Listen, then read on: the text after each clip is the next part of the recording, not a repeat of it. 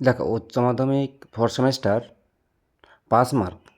Pass mark কত, best of 5 থাকবে, fail করলে কি হবে, এইসব বিষয় নিয়ে আজকের এই ভিডিও। তোমরা ভিডিওটিকে লাস্ট পর্যন্ত দেখবে এবং চ্যানেলটিকে শেয়ার করবে। তো দেখো, উচ্চ মাধ্যমিকের 4র্থ সেমেস্টারের নতুন সিলেবাসে এই প্রথমবারের মতো পড়ুয়ারা 4র্থ সেমেস্টারে পরীক্ষা দিচ্ছে। ফলে ছাত্রছাত্রী ও অভিভাবকদের মধ্যে একাধিক প্রশ্ন ঘুরপাক খাচ্ছে। সবাই কি পাস করবে, পাস মার্ক কত, কেউ ফেল করলে কী কী অসুবিধা হবে।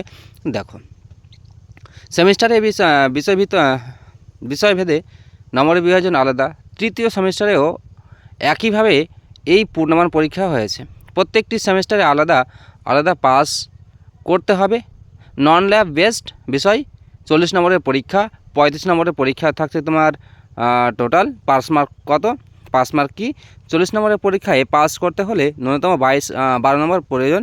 35 নম্বরের পরীক্ষায় পাস করতে হলে কমপক্ষে পাস মার্ক কি, 40 নম্বরের পরীক্ষায় পাস করতে হলে ন্যূনতম এই যে বললাম 12 নম্বরের প্রয়োজন।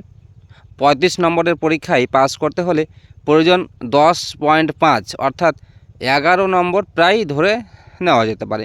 নন ল্যাব বেসড 40 আর ল্যাব বেসড হচ্ছে 35। তৃতীয় সেমিস্টারের অ্যাডমিসকিউ ভিত্তিক পরীক্ষায় যেখানে পূর্ণমান 1 ছিল এবং পাস মার্ক 11 নির্ধারিত হয়েছিল, যেখানে এবার খাতা মূল্যবান হবে মূল্যায়নেই, ফলে অর্ধেক নাম্বার হাফ মার্কস পাওয়ার সম্ভাবনা থাকছে। সবাই কি পাস করবে, বাস্তব চিত্র কি বলছে তোমরা দেখো। নতুন সিলেবাসে প্রথম ব্যাচ হিসেবে পরীক্ষায় বসেছে পড়ুয়ারা। স্বাভাবিকভাবেই মূল্যায়নের ক্ষেত্রে সহানুভূতির দৃষ্টিভঙ্গি থাকবে বলে মনে করা হচ্ছে। শিক্ষকরা সাধারণত চান না কোনো ছাত্রছাত্রী ফেল করুক। যদি কোনো পরীক্ষার্থী 10 বা 11 পায় এবং পাস মার্ক থেকে সামান্য পিছিয়ে থাকে, সেক্ষেত্রে খাতা পুনরায় ভালোভাবে দেখা হতে পারে। যেখানে নাম্বার দেওয়া সুযোগ থাকবে সেখানে অতিরিক্ত নাম্বার দিয়ে পাস করানোর চেষ্টা করা হতে পারে।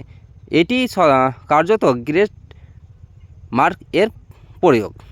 তোমরা বুঝতেই পারছো। ফেল করলে কী সুবিধা হবে তোমরা দেখলে। এটাই সবচেয়ে গুরুত্বপূর্ণ অংশ। তৃতীয় সেমিস্টারে কেউ অকৃতকার্য হলে সাপ্লিমেন্টারি পরীক্ষার মাধ্যমে পাস করার সুযোগ ছিল, কিন্তু 4র্থ সেমিস্টারের ক্ষেত্রে সেই সুযোগ থাকছে না। অর্থাৎ কোনো পরীক্ষার্থী 4র্থ সেমিস্টারে ফেল করলে তাহলে তাকে পরের বছর একই সময়ে আবার পরীক্ষা দিতে হবে। আসল বিষয়টি সম্পূর্ণ ভিন্ন। 4th সেমিস্টারে নির্ধারিত হবে সম্মিলিত নম্বরের ভিত্তিতে। কীভাবে বেস্ট অফ 5 হবে, প্রতিটি বিষয় তৃতীয় সেমিস্টার প্লাস 4র্থ semester plus project practical number যোগ হবে। সব বিষয়ের মোট নম্বর বের করা হবে। এরপর সর্বোচ্চ নম্বর পাওয়া 5টি বিষয় বেস্ট অফ 5 টোটাল গণনায় ধরা হবে। এই ছিল তোমাদের আজকের ভিডিও, যে কিভাবে কি হতে পারে তোমাদের 4র্থ সেমিস্টারের। বুঝতে পারছে তো, প্রতিটি বিষয় বললাম।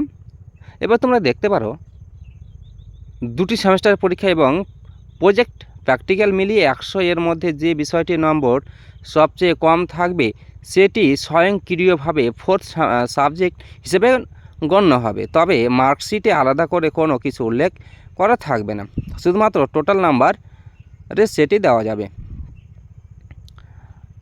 বুঝতে পারছো। এই বিষয় নিয়ে তোমরা এগিয়ে চলো, তোমরা দেখো এবং ভিডিওটাকে তোমরা একটু শেয়ার করবে। এরকম আরও টিপস পাওয়ার জন্য চ্যানেলটিকে সাবস্ক্রাইব করবে এবং সবার কাছে পৌঁছে দেবে।